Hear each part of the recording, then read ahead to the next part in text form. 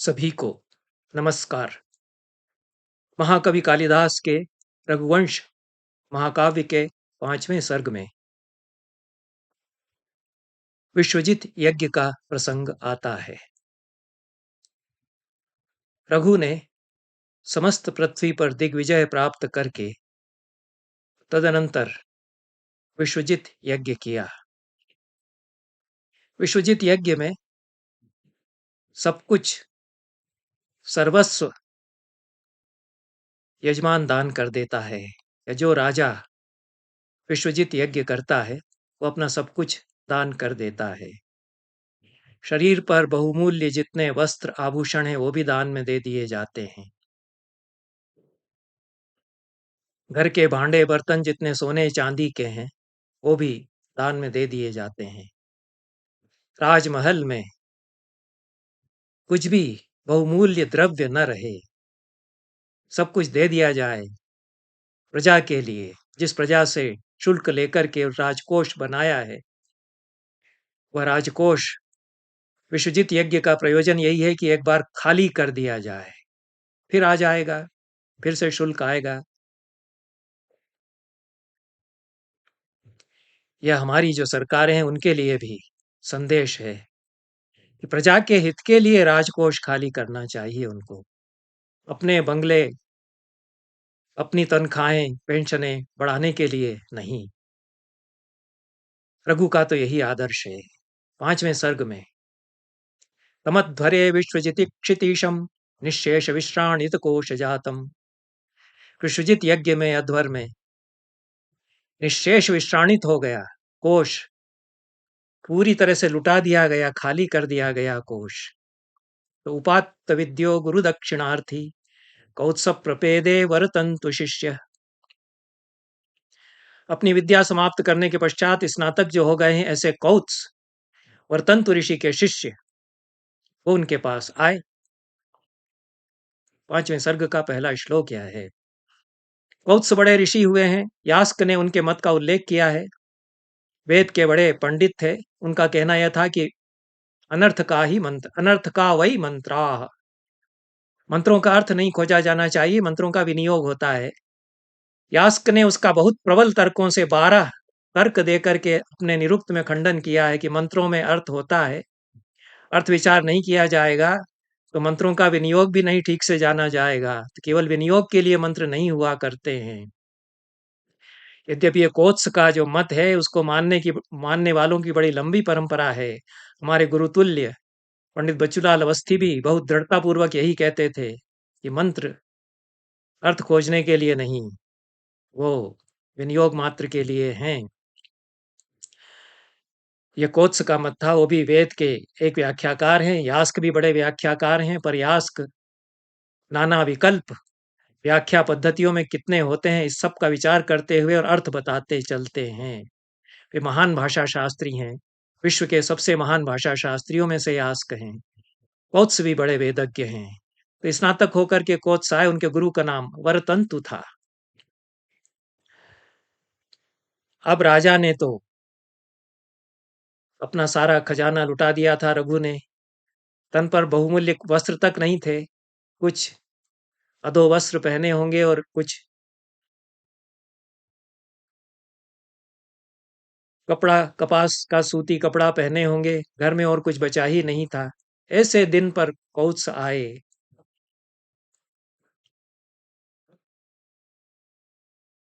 समृण्मये वीत हिरण्मयत्वात् पात्रे निधायार्घ्यमनर्घ्यशील श्रुत प्रकाशम यशिषा प्रकाश प्रत्युज्जगामातिथिमातिथेय।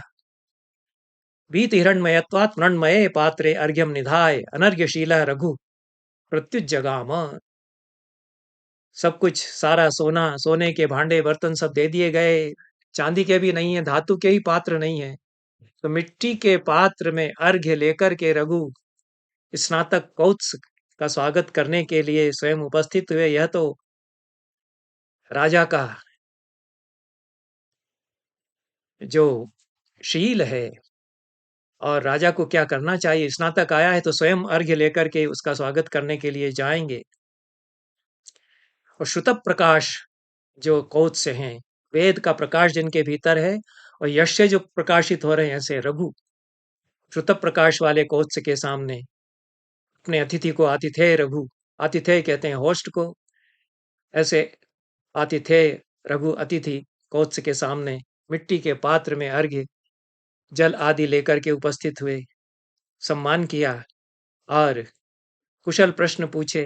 बहुत सुंदर कुशल प्रश्न है, यह पढ़ाया जाता है स्नातक के पाठ्यक्रमों में 5वां सर्ग कालिदास के रघुवंश का जब पढ़ाया जाता था हमको, तो विश्वजित यज्ञ क्या होता है यह नहीं बताया गया, इसलिए मुझे यह आवश्यक लगा कि विश्वजित यज्ञ क्या होता है। अश्वमेध यज्ञ के पश्चात उसके अंग के रूप में यह किया जाता है और उसका वर्णन कहाँ अन्यत्र आया है इस पर भी मैं बात करूंगा, उसका प्रयोजन क्या है उस पर भी मैं बात करूंगा। पर जो रघु स्नातक कोर्स आए हैं उनसे जो कुशल प्रश्न करते हैं उसमें सारी संस्कृति सांस्कृतिक बोध हमारा समाया हुआ है।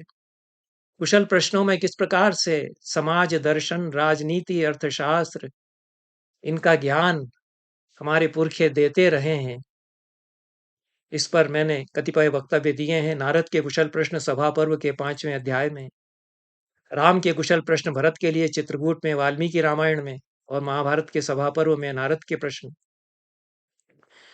इनमें तो बहुत सारे हमारे समाज शास्त्र राजनीति शास्त्र नागरिक शास्त्र और दंड नीति अर्थशास्त्र प्रजापालन समा गया है प्राचीन काल का।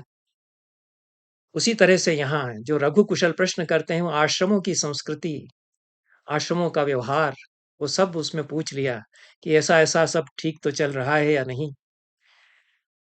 और सर्वत्र सर्वत्र नो वार्तमवे ही राजन नाथे कुतस्तय अशुभम प्रजानाम। कोत्स ने कहा कि सब कुछ कुशल है, आप प्रजा पालन करने वाले हैं तो कहाँ कुछ अकुशल हो सकता है।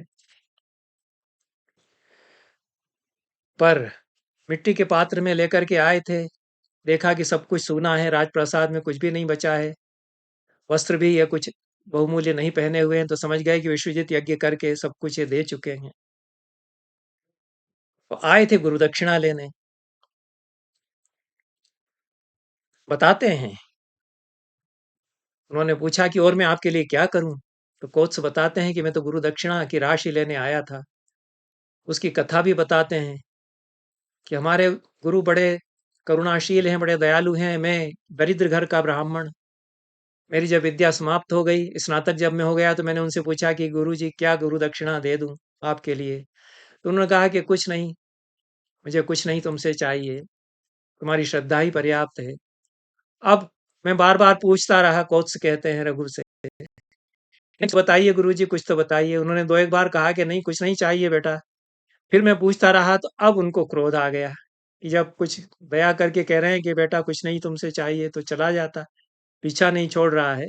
तो निर्बंध संजात रुषार्थ कार्श्यम अचिंतयित्वा गुरुणा मुक्त वित्तस्य विद्या परिसंख्यया में कोटिश्चतस्रो दश चाहरेति। मेरे आग्रह बार बार हठ करने पर रोष हो आया मेरे गुरु को। उन्होंने कहा कि मैंने तुझको 14 विद्याएं सिखा दी, 4 वेद 6 वेदांग इतिहास पुराण न्याय मीमांसा, 14 विद्याएं मैंने तुझको सिखाई हैं। इन 14 विद्याओं का मूल्य ही अगर तू देना चाह रहा है, ऐसा ही तेरा हट है, तो 14 करोड़ रुपए 14 करोड़ मुद्राएं स्वर्ण मुद्राएं ला करके दे दे। अब क्या कहते कोच। उन्होंने कहा कि हम तो जैसे ही उन्होंने गुरु दक्षिणा मांगी, हमको लगा कि रघुवंश के ही राजा इतना हमको दे सकते हैं, हम उनके पास चले जाते हैं, तो हम आपके पास आए थे। शरीर मात्रेण नरेंद्र तिष्ठन आभासी तीर्थ प्रतिपादितर्धि। हे राजन, आप केवल शरीर भर आपका बचा हुआ है और कुछ आपका नहीं है आपके पास, और तीर्थ में आपने सब रिद्धि अपनी प्रतिपादित कर दी। आप ऐसे निवार के पादप की तरह हैं जिसको आरण्यकों ने सब कुछ उसकी बालियां मंजरियां ले ली हैं, उसका ठूंठ भर बचा है। सुंदर उपमा दी है, क्योंकि आरण्यक वन के लोग निवार धान जो जंगली धान है, अनाज है, तिन्नी धान भी उसको कहते हैं, जो स्वतः हो जाता है, उसके लिए हल नहीं चलाना पड़ता, खेती नहीं करना पड़ती। धान यदि खाते थे, अन्न यदि खाते थे, तो निवार का धान जो अपने आप उगता है उसको खाते थे। तो उसके भी सारी मंजरियां, धान की बालियां तोड़ ली गई हैं और पूरा फल जाने के पश्चात और केवल स्तंभ भर बचा है, सूखा तना भर बचा है। ऐसे आप हैं इस वक्त। प्रशंसा करता है, आप कितने बड़े हैं। स्थाने भवानेक नराधिपः सन्न किंचन त्वं मखजं व्यनक्ति पर्यायपीतस्य सुरैर्हिमांशोः कलाक्षयः श्लाघ्यतरो हि वृद्धे।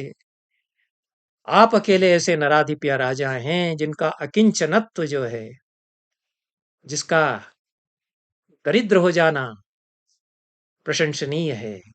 यज्ञ में आपने सब कुछ देकर के अकिंचनत्व जो पाया है, वह चंद्रमा के कलाक्षय की तरह से है। अमावस्या के दिन कुछ भी नहीं रह जाता, चंद्रमा प्रतिपद के दिन निश्शेष हो जाता है। प्रतिपदा के दिन, शुक्ल पक्ष की प्रतिपदा के दिन एक कला मात्र रह जाता है। तो यह सारा अमृत तो लुटा देता है अपना देवताओं को। तो उसका कलाक्षय भी श्लाघ्य है उसकी वृद्धि से। पूर्णिमा के चंद्र से तो उसका एक कला मात्र में अवशिष्ट रह जाना अधिक श्लाघ्य है। उसने सब कुछ अमृत अपना दे दिया है, इसलिए ऐसे आप हैं, ये उपमा देता है। वो कहता है कि आप चिंता मत करिए, और राजा हैं धरती पर, उनके पास में चला जाऊंगा। तदन्यतस्तावदनन्य कार्यो गुर्वर्धमाहर तुम हम यतिष्ये। अन्य किसी स्रोत से मैं धन प्राप्त करने के लिए चला जाता हूँ, आप मुझे विदा दीजिए। स्वस्त्यस्तु ते निर्गलिताम्बुगर्भम शरद घनम नार्दति चातकोपि। चातक भी उस मेघ के सामने जल नहीं मांगता है, शरद के मेघ के सामने जो पूरी तरह से बरस करके रिक्त हो चुका है। रघु ने कहा कि ऐसा नहीं हो सकता है। गुरुवर्थमर्थी श्रुतपार दृश्वा रघो सकाशादनुवाप्य कामम ततो वदान्यांतरमित्ययं में मा भूत परिवाद नवावतार। गुरु के लिए, गुरु दक्षिणा देने के लिए अर्थी होकर के कोई स्नातक आया और रघुवंश के राजा रघु के पास आया और कामना पूरी न हुई उसकी, और चला गया लौट करके खाली हाथ अन्य किसी दानी के पास। यह पहली बार ऐसा परिवाद, ऐसा कलंक, ऐसा निंदा, ऐसी निंदा मेरे ऊपर ना आए। आप रुकिए, मैं कुछ यत्न करता हूं। सत्वम प्रशस्ते महिते मदीये वसंस चतुर्थोग्निरिवाग्निगारे। तो क्या शब्दावलियां हैं, क्या सांस्कृतिक बोध है। रघु जो कहते हैं, कुशल प्रश्न जो करते हैं, और कौत्स जो उपमाएं देते हैं, स्तंभे न निवार युवावशिष्ट, यह सब जिस संस्कृति से वो आए हैं उस तदनुरूप उपमाएं। तो रघु कहते हैं कि हमारे अग्न्यागार में आप रहिए।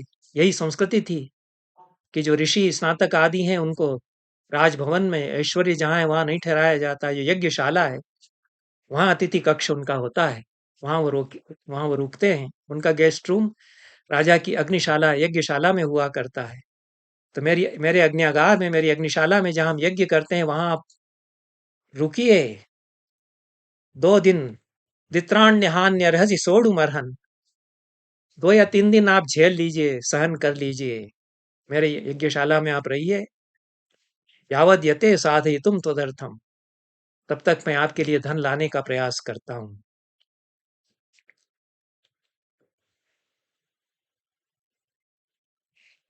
तब प्रभु ने क्या किया कि अब और किससे हम रुपया मांगेंगे। वो तो किसी के सामने हाथ फैलाएंगे नहीं, राजा रघुवंश रघु है वो। तो कुबेर पर आक्रमण करके उनका धन लूट लेंगे हम, और वह इनको दे देंगे।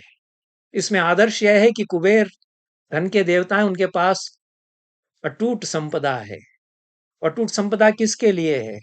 वो जनता के लिए होना चाहिए। कोई स्नातक आया हुआ है, उसको गुरु दक्षिणा देनी है, उसके लिए होना चाहिए। उनसे भी मांगेंगे क्यों हम? उन्होंने इतना सब बटोर करके रखा हुआ है, उसको हम अपने बल पराक्रम से ले लेंगे। हम क्षत्रिय है, हमारा यही तरीका है। उन्होंने सेना से कहा कि तैयार हो जाओ, कैलाश पर्वत तक चलते हैं, जहां अलका नगरी है। कुबेर के पास जो धन संपदा है, उनके पास तो 14 करोड़, क्या उससे भी कई गुना है, लूट करके हम लाते हैं। उसमें से सिर्फ 14 करोड़ हम लूटेंगे और ले आएंगे। तो वो तैयारी करने लगे। कुबेर ने सुना कि रघु सेना सहित आ रहे हैं तो घबरा गए। कुबेर योद्धा नहीं है। रावण ने ही उनको पस्त कर दिया था। और भी अनेक लोगों ने उनको हराया। वो धनाधिप हैं, वणिक वृत्ति उनकी है, देवताओं के कोष को वो संभालते हैं, लेकिन युद्ध वे नहीं कर सकते हैं, वो कुशलता पूर्वक। और रघु उसने तो कुछ समय पहले ही इंद्र को हरा दिया था। अश्वमेध यज्ञ चुरा करके, अश्वमेध यज्ञ का अश्व दिलीप का चुरा कर ले जाने लगे इंद्र। तो रघु उनके पीछे पीछे गए और दोनों में चुनौती दी रघु ने, दोनों में संग्राम हुआ और इंद्र मान गए रघु को। रघु का ऐसा पराक्रम, इंद्र के सामने भी अडिग रहे वो। कुबेर ने कहा कि इनसे हमारा सामना करने की हिम्मत नहीं है, साहस नहीं है, स्वयं भेज दो।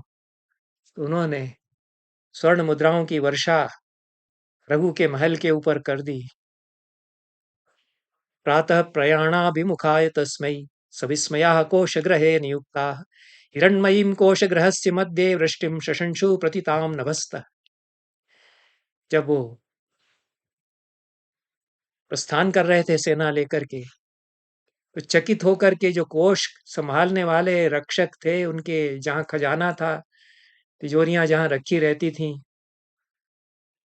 वहां जो पहरा देने वाले थे वो चकित होकर के आए। उन्होंने बताया कि कोषगृह के बीचों बीच रात को आकाश से सोना ही सोना बरसा है, सोने का ढेर लगा हुआ है। अब वो 14 करोड़ स्वर्ण मुद्राओं से अधिक था। रघु ने कहा कौत्स से, वर्तंतु के शिष्य से, कि आप ये सब ले जाइए, ये आपके लिए किसी ने कृपा कर दी। हम तो 14 करोड़ ही लाते, ये तो 14 करोड़ से अधिक हैं, लेकिन आपके निमित्त से आई है, ये सब ले जाइए।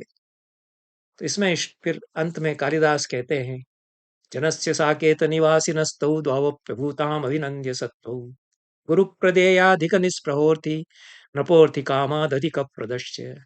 ये प्रसिद्ध श्लोक है, बहुत पढ़ाया जाता है, उद्धृत किया जाता है। कालिदास जो पैरेललिटीज बनाते हैं, समानांतरताएं बनाते हैं, इसके सामने उसको रखते हैं। कौन बड़ा है? अलंकार्यालंकार भाव हो गया दोनों में, परस्परो भूषण भूष्य भाव, ऐसा वे कहते हैं। कौन किसको सजा रहा है पता ही नहीं चलता है। गहने उसको सजा रहे हैं कि वह गहनों को सजा रही है, ऐसा उर्वशी के लिए कहते हैं, नायिकाओं के लिए कहते हैं। तो यहाँ कौत्स और रघु को आमने सामने रख करके वे कहते हैं कि साकेत की प्रजाएं दोनों की प्रशंसा कर रही थीं। द्वयोप्य भूताम अभिनंद्य सत्तु, दोनों के सत्व की प्रशंसा, अभिनंदन साकेत के पूर्वासी जन करते थे। गुरु प्रदेयाधिक निस्पृहोर थी, गुरु को जितना देना है उससे अधिक में निष्प्रह जो अर्थी या याचक कौत्स है, और नपोर्थी कामाद अधिक प्रदश्य, और अर्थी की, याचक की कामना से अधिक देने को उतारू कौत्स, दोनों की पूर्वासी प्रशंसा कर रहे थे। राजा बार बार कह रहे थे कि 14 करोड़ से अधिक हैं, वो सब आप ले जाइए, और कौत्स कह रहे थे कि नहीं, 14 करोड़ ही केवल गिन करके मुझे दीजिए, उससे अधिक मैं नहीं लूंगा, मुझे तो गुरु को उतना ही देना है। ये जो निष्प्रहता, गुरु प्रदेय से अधिक में निष्प्रहता अर्थी या याचक कौत्स की, और अर्थी की कामना से, अर्थी मतलब याचक की कामना से अधिक देने की इच्छा रघु की, दोनों। इसमें आदर्श यह है कि विश्वजित यज्ञ एक बार करके राजा निश्शेष हो जाए, संग्रह उसके पास न रहे। संग्रह तो फिर आ जाएगा, अगले दिन से फिर शुल्क आएगा। जो संग्राहक हैं, अधिकारी हैं, वो लाला करके कोष में रखेंगे, कमी नहीं रहेगी। लेकिन एक बार कोष खाली कर देना भी आवश्यक है कि जितने जरूरतमंद हैं सबकी कामनाएं पूरी हो जाएं। और वो कैसे की जाती थी, किन किन को दिया जाता था, ये वाल्मीकि रामायण में जो विश्वजित यज्ञ का वर्णन आता है, वाल्मीकि रामायण में बालकांड के 13वें सर्ग में, जो बड़ोदरा संस्करण समीक्षित पाठ है उसमें 13वां सर्ग है, और गीता प्रेस गोरखपुर का जो संस्करण है उसमें वाल्मीकि रामायण का उसमें 14वां अध्याय है विश्वजित यज्ञ का वर्णन। इसमें अश्वमेध के अनंतर दशरथ विश्वजित यज्ञ करते हैं और पुत्रेष्टि यज्ञ भी उसी के साथ वो करते हैं, वो विश्वजित उसके साथ करते हैं। तो यह सरयू के तीर पर यज्ञ किया। ऋषि शंग उसमें याजक थे, दशरथ यजमान थे और अश्वमेध महायज्ञ हुआ। पुत्रेष्टि नहीं कहा है इन्होंने। ऋषि शंग ने अश्वमेध यज्ञ कराया और इस तरह से यज्ञ हुआ। यथा न्याय प्रवर्ग्य शास्त्रोक्त विधि से प्रवर्ग्य किया गया। इसमें अश्वमेध यज्ञ का जो विधि है, हिंदी के व्याकरण के अनुसार की विधि कहा जाए, उसको शास्त्र विधान के साथ किया सारे याजकों ने ऋषि शंग के निर्देशन में। कोई स्खलित उसमें नहीं हुआ।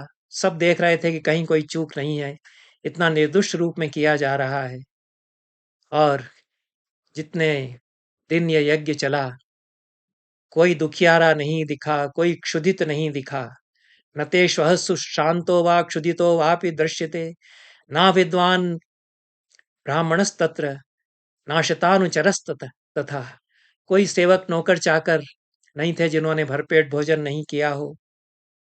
कोई अविद्वान ब्राह्मण भी ऐसा नहीं था जिसने कि अच्छी तरह से प्राप्त न किया हो भोजन, अन्न पान आदि। ब्राह्मणा भुंजते नित्यम नाथवंतश्च भुंजते। ब्राह्मण तो नित्य भोजन करते ही थे। जो सनाथ थे वे भी भोजन करते थे, जो अनाथ थे वे भी भोजन करते थे, क्योंकि तापसा भुंजते चापी। जो तपस्वी थे वे भोजन करते थे। श्रमणा भुंजते तथा। जो श्रमण थे वो भी भोजन करते थे। श्रमण और ऋषि, ऋषि परंपरा और श्रमण परंपरा कि ऋग्वेद काल से साथ साथ चली आ रही हैं। महावीर के बहुत पहले से चली आ रही हैं। 24 तीर्थंकर तो उनके हुए ही, लेकिन उसके पहले श्रमण वैदिक काल में थे ही, ऋग्वेद के काल में भी थे। तो श्रमणों को भी सादर भोजन कराया जाता था। वृद्धाश्च व्याधिताश्चैव स्त्रियो बालास्तथैव च। जो बूढ़े थे, जो बीमार थे, जो स्त्रियां थीं, जो बच्चे थे, अनिशम भुंजमाना नाम न तृप्तिरुपलभ्यते। वो रात दिन भोजन उनको बांटा जा रहा था और तृप्ति नहीं बांटते बांटते होती थी। दीयताम दीयताम अन्नम वासांसि विविधानि च। अन्न दिया जाए, कपड़े लत्ते सब बहुमूल्य जो अलंकार कपड़े आदि हैं दिए जाएं। इति संचोदितास्तत्र तथा चक्रु रनेकश। कई जो कर्मचारी इसके लिए नियुक्त हैं ध्यान करने के लिए, वो लगातार देते चले जा रहे हैं। अन्नकूटाश्च बहवो दृश्यन्ते पर्वतोपमा। पर्वत की बराबर ऊंचाई वाले अन्नकूट, अन्न के ढेर वहां लग गए। अन्नकूट शब्द यहाँ आया है, यह कदाचित पहली बार अन्नकूट का वर्णन हमको प्राप्त होता है। अभी अभी जो दीपावली के अगले दिन अन्नकूट और गोवर्धन पूजा होती है, तो यह अन्नकूट विश्वजित यज्ञ में अश्वमेध यज्ञ के साथ वहां किया जाता था और हर दिन दिन प्रतिदिन अन्न बांटा जाता था और सारे ब्राह्मण प्रशंसा कर रहे थे। हम तृप्त हुए, ऐसा राघव रघुकुल के दशरथ से कह रहे थे। अलंकृत होकर के कर्मचारी पुरुष ब्राह्मणों को परोस रहे थे और प्रतिदिन अच्छी चर्चाएं होती थी, सारे कार्य चल रहे थे। यह सब इसमें आया है, वाद होता होता था। 3 दिन का अश्वमेध कल्प सूत्रों में बताया गया है, ऐसा यहाँ 13वें सर्ग में वाल्मीकि रामायण के बालकांड में कहा गया है। लेकिन दशरथ ने जो किया वह चतुष्टोम कर लिया, चतुर्थ दिन किया। त्रयो अश्वमेध संख्यातः कल्पसूत्रेण ब्राह्मणैः चतुष्टोम महस्तस्य प्रथमं परिकल्पितम। पहली बार चतुष्टोम मह ऋषिशंग ने वहां करवा दिया और उसकी विधि पूरी बताई है। उक्थ्य हुआ और फिर अतिरात्र हुआ और ज्योतिष्टोम हुआ। इस प्रकार से फिर अभिजित और विश्वजित यज्ञ हुआ, ऐसा यहाँ पर कहते हैं। यह महाक्रतु है। अभिजित विश्वजित चैव अप्तर्यामो महाक्रतु, ऐसा कहा गया है। ये सारे यज्ञ किए गए, उसमें विश्वजित यज्ञ अश्वमेध के अंग के रूप में इन सारे यज्ञों के साथ किया गया, जिसमें जितना जो कुछ था वो सब बाँट दिया गया। दशरथ ने जो किया है, या रघु के बाद दशरथ ने किया, या वाल्मीकि रामायण में दशरथ के विश्वजीत यज्ञ का वर्णन है। रघु तो उनके पुरखे हैं, और रघु की चर्चा तो वाल्मीकि रामायण में नहीं आती है, पुराणों में आती है। कालिदास ने पुराणों के आधार पर दिलीप, रघु, इनके चरित्रों का बड़ा सुंदर वर्णन रघुवंश महाकाव्य में किया है। वह वाल्मीकि रामायण से अतिरिक्त है, बड़ा महाकाव्य है रघुवंश, विश्व के श्रेष्ठ महाकाव्यों में से है। क्रतुम समाप्यतु तदा न्यायतः पुरुषर्षभः, ऋत्विग्भ्यो ही ददौ राजा धराम ताम क्रतुवर्धनः। राजा दशरथ ने यज्ञ समाप्त होने पर समस्त धरती को ऋत्विजों को दान कर दिया। जो कुछ मेरे पास है, सारी धरती, सारा ऐश्वर्य मैं प्रदान करता हूं आपको। थोड़ा सा इसमें पद्धति बदल गई है, और उन्होंने सारी धरती, सारा साम्राज्य अपना दान कर दिया। ऋत्विजों ने कहा कि हमें धरती से क्या करना है, आप ले लीजिए, इसका निष्क्रय हमको दे दीजिए। उसके निष्क्रय में उन्होंने उनको बहुत कुछ प्रदान किया अपना। शतसहस्राणि दशतेभ्यो ददौ नृपः दशकोटिं सुवर्णस्य रजतस्य चतुर्गुणम इत्यादि। तो इन सबको राजा ने अपना कोष इस प्रकार से दान किया, और विश्वजित यज्ञ इस प्रकार से अश्वमेध यज्ञ के अनुषंग के रूप में यहाँ समाप्त हुआ। यह चर्चा मैंने इसलिए की है कि हमारे पुरखों ने राजाओं के लिए जो यज्ञ आदि के विधान बताए, उनके पीछे एक दृष्टि यह भी थी, जो मेरा निवेदन है, कि राजा सब अपने पास समेट करके भोग करता रहे, यह उचित नहीं है। बांटे प्रजा को, और निःशेष हो जाए कम से कम एक बार, तो प्रजा भर जाए, उसका कोष प्रजाओं का संतुष्ट हो जाए, यही उसका। इस दृष्टि से महाभारत में राजाओं को निर्देश दिए गए हैं कि कैसे तुमको देना है। ये अनुशासन पर्व में भीष्म नारद के हवाले से बार बार ये बात कहते हैं। अनुशासन पर्व के 61वें अध्याय में 27वें श्लोक में भीष्म कहते हैं युधिष्ठिर को समझाते हुए, येषां साधूनि भोज्यानि समवेक्षन्ति बालकाः नाश्नन्ति विधिवत्तानि किं नु पापमतः परम्। जिस राजा के राज्य में बच्चे भूखे रहते हैं और स्वादिष्ट अन्न वह खाता रहता है, उससे बड़ा पापी, उससे बड़ा पाप और क्या होगा। इसलिए अन्नदान करो, ये बार बार वे कहते हैं। अश्वमेध यज्ञ में, अश्वमेध पर्व में भी विष्णु धर्म पर्व है, उसमें अन्नेन धार्यते सर्वं जगदेतत् चराचरम् अन्नात् प्रभवति प्राणः प्रत्यक्षम नात्र संशयः।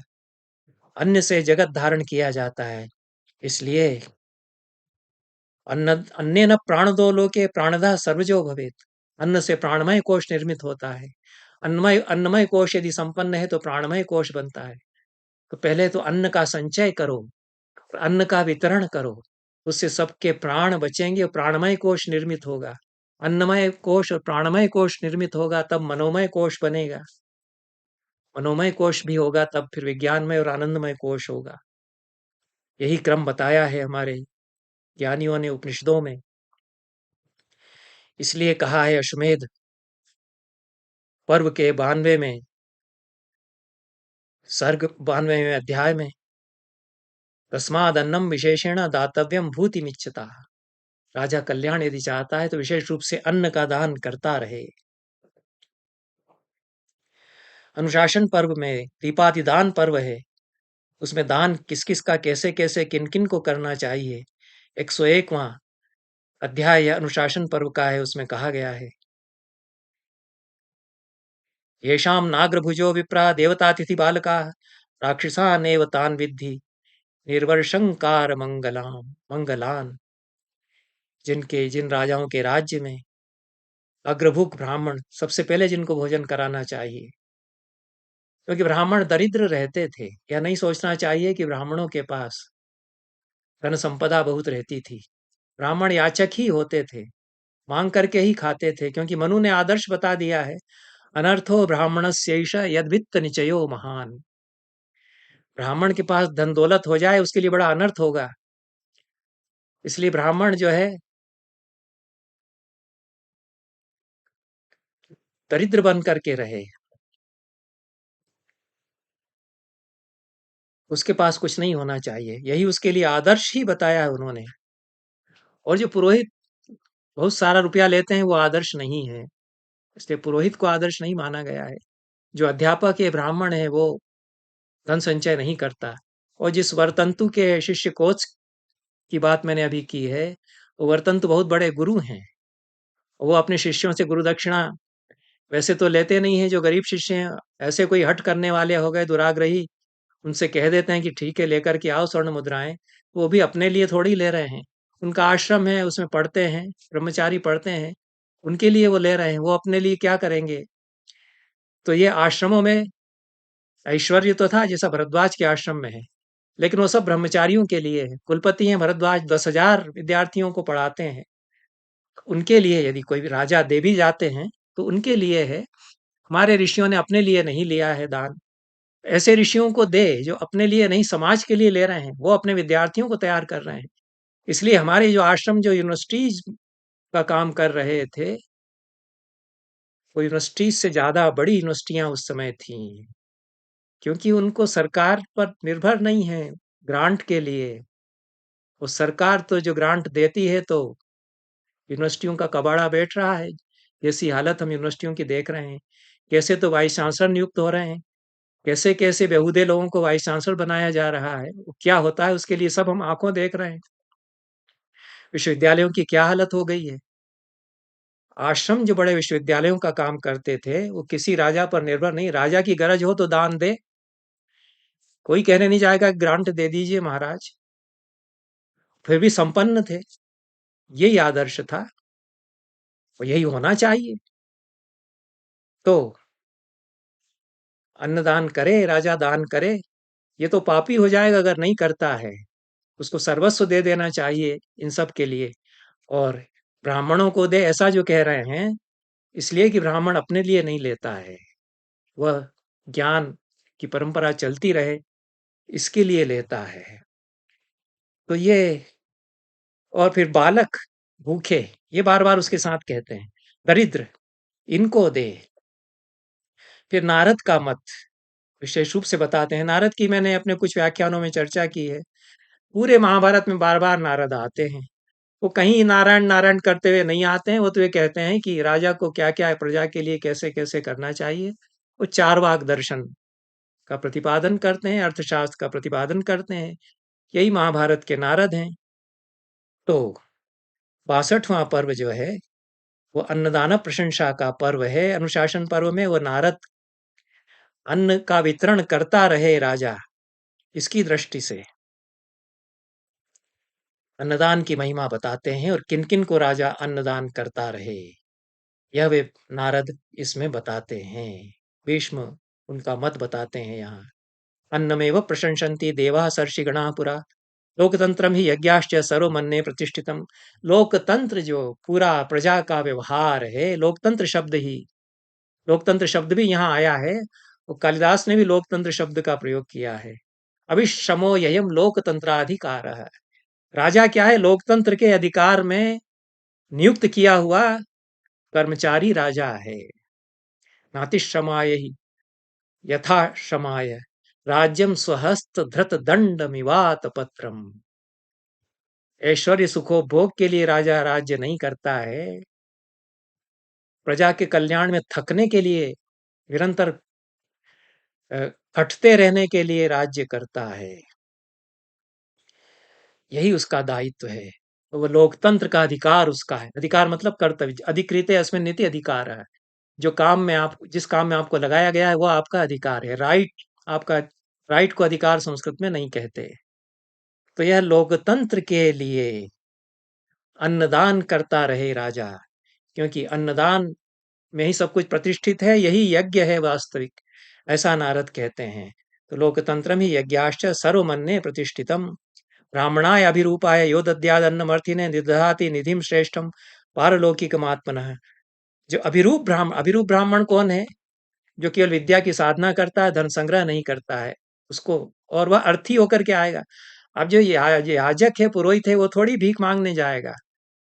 जो कंगाल है, फटेहाल है, ब्राह्मण और ज्ञानी है, वह तो मांगने के लिए निकल सकता है कि मेरे पास अब कुछ नहीं, भिक्षा दीजिए। और जो आश्रम में ऋषि बैठा हुआ वो तो मांगने भी नहीं जाएगा, उसको तो आता रहेगा, उसके लिए राजा ने गांव बांध दिए हैं स्वयं, उसको अपने आप आएगा। राजा की तरफ से देने की जरूरत नहीं है।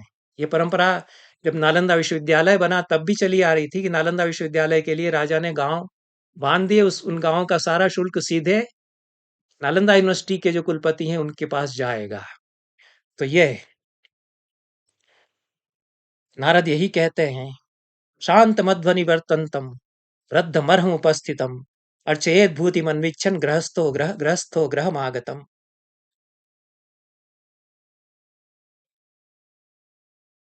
जो बूढ़ा है, थका हुआ है, बटोही है, चलते चलते थक कर के आया है घर के सामने, उसको अन्नदान करे गृहस्थ। जो भूखा है उसको दान दे। नावमन्येत नावमन्येदधिगतम नावमन्येदभिगतम न प्रणुद्यात् कथंचन अपि श्वपाके शुनिवा न दानम प्रणश्यति। जो द्वार पर आ गया है अन्न के लिए, उसकी अवमानना न करे, उसको द्वार से चले जाओ ऐसा न कहे, चाहे कुत्ता हो या चांडाल हो। ये नारद कहते हैं, यो दद्याद अपरिक्लिष्ट मन्न मध्वनि वर्तते शांताय अदृष्ट पूर्वाय स महद्धर्म मापनुयात। जो थका हारा बटोही है, बटोही तो जो काम को ढूंढने वाले लोग हैं, जीविका खोजने के लिए जो चल दिए हैं घर से, उन्हीं लोगों के लिए शब्द आता है प्रायः संस्कृत कविता में। तो जो रास्ते पर चल रहा है उसके हाथ में कुछ है नहीं है, रुपया पैसा कौड़ी है नहीं, उसको जो अन्न देता है उसको बड़ा धर्म होता है। इस प्रकार से ब्राह्मण को देना तो महादान है ही, लेकिन चाहे ब्राह्मण को दे चाहे शूद्र को दे, जिसको आवश्यकता है उसको दे। ब्राह्मणेश अक्षयम दानम अन्य शूद्रम महाफलम। ब्राह्मणों में तो अक्षय होगा, लेकिन शूद्र को जो यदि भूखा है उसको दे रहा है तो महाफल वाला होगा। न प्रच्छेद गोत्र चरणम स्वाध्यायम देशमेव वा विक्षितो ब्राह्मणे नेह जन्म वान्नम प्रयाचित। गोत्र चरण शाखा आदि न पूछे, ब्राह्मण यदि मांग रहा है तो उसको दे दे, क्योंकि भूखा है इसलिए मांग रहा है। जो कोई मांग रहा है भूखा है उसको दे दे। जिसके पास अन्न है वह संचय न करे। इस प्रकार से अन्नदान की प्रशंसा की है, और यह कहा गया है कि जो याचक ब्राह्मण आदि कोई अन्न मांगने के लिए आ गया है तो उसको देकर के उसका उपकार नहीं कर रहा है, ओबलाइज नहीं कर रहा है। ये पंडित विद्यानिवास मिश्र ने दान पर बहुत अच्छा लिखा है कि दान का स्वारस्य यही है कि जो दाता है वह अपने आप को उपकृत मानता है। उसको ये तो सोचना ही चाहिए, ये सोचना तो उसके लिए पाप होगा कि मैंने इसका कैसा भला कर दिया, भूखा था बेचारे को मैंने खिला दिया है। उसको ये सोचना चाहिए कि इसने लेकर के मेरा उपकार कर दिया है, क्योंकि जो संचय मेरे पास था यह कम हुआ, इसको रखना मेरे लिए पाप था, तो ये पाप मेरा कुछ कम हुआ और पुण्य तो लगा ही उसके साथ। वो तो ठीक है, नारद जैसा कह रहे हैं कि पुण्य होगा, लेकिन दान के पीछे जो अभिप्राय है वह यही है। आजकल दान कोई इस भाव से नहीं कर रहा है। ये भाव दान का है वास्तव में कि जो याचक है उसको हमने ओबलाइज नहीं कर दिया है। हमने जो संचय किया था उसमें से जो कुछ कम हो गया है वो हमारे लिए उपकार हो गया बड़ा। क्यों? क्योंकि जो संचय रखते हैं वे पापी हुआ करते हैं। ये भी व्यासी पुराणों में बता रहे हैं। भागवत में कहते हैं, यावत प्रियेत जठरम तावत स्वत्वम ही देहि नाम अधिकम यो भी मन्येत सस्तेनो दंड मरहति। जितने से पेट भर जाए उतने पर ही स्वत्व या हक है मनुष्य का। उससे अधिक जो मानता है कि ये मेरा है ये मेरा है, वो तो चोर है और उसको तो दंड दंड दिया जाना चाहिए। यही समाजवाद, सच्चा समाजवाद यह है। इस शब्द का मैं प्रयोग कर रहा हूं जो ये कहता है कि जबरदस्ती आधुनिक विचारधारा थोपी जा रही है, वह कहता रहे, लेकिन हमको ये बताना है कि जिसको तुम समाजवाद कह रहे हो वह इतने बड़े परिप्रेक्ष्य में हमारे ऋषियों ने परिकल्पित किया है, जो कि वास्तव में कल्याण के लिए हो सकता है। इसका अभ्यास करें, इसकी भावना मन में उतारें और व्यवहार में उतारें। तो नारद कहते हैं कि जो लुट गए हैं, याचक तो वही आएंगे जिनको आवश्यकता होगी। आवश्यकता होने पर ही किसी राजा के द्वार पर हाथ फैलाने के लिए याचक आएंगे। उनको दे देना तो ड्यूटी है राजा की। येषां दारः प्रतीक्षन्ते सुवृष्टिमिव कर्षकाः उच्छेष परिशेषम ही तान भोजय युधिष्ठिर। जिनके घर उनकी पत्नियां प्रतीक्षा कर रही हैं कुछ लेकर के आएंगे, हे युधिष्ठिर उनको भोजन आदि सब दे दो। चारित्र नीता राजन ये कृशाः कृशवृत्तयः अर्थिनश्चोपगच्छन्ति तेषु दत्तम महाफलम। जो चरित्रवान हैं लेकिन कृशकाय हैं और कोई रोजी रोटी जिनकी नहीं है, कृशवृत्ति हैं, ऐसे याचक आ जाएं तो उनको दे दोगे तो बड़ा महाफल होगा। और तद्भक्तास्तद्ग्रहा राजंस्तद्धनास्तदपाश्रयाः अर्थिनश्च भवन्त्यर्थे तेषु दत्तम महाफलम। उसी पर अवलंबित हैं, उसी पर उनका घर चल रहा है, वही उनके लिए धन है जो कुछ कमाई है। ऐसे अर्थी यदि आ जाते हैं तो उनको दे दो। तस्करेभ्यः परेभ्यो वाये भयार्ता युधिष्ठिर।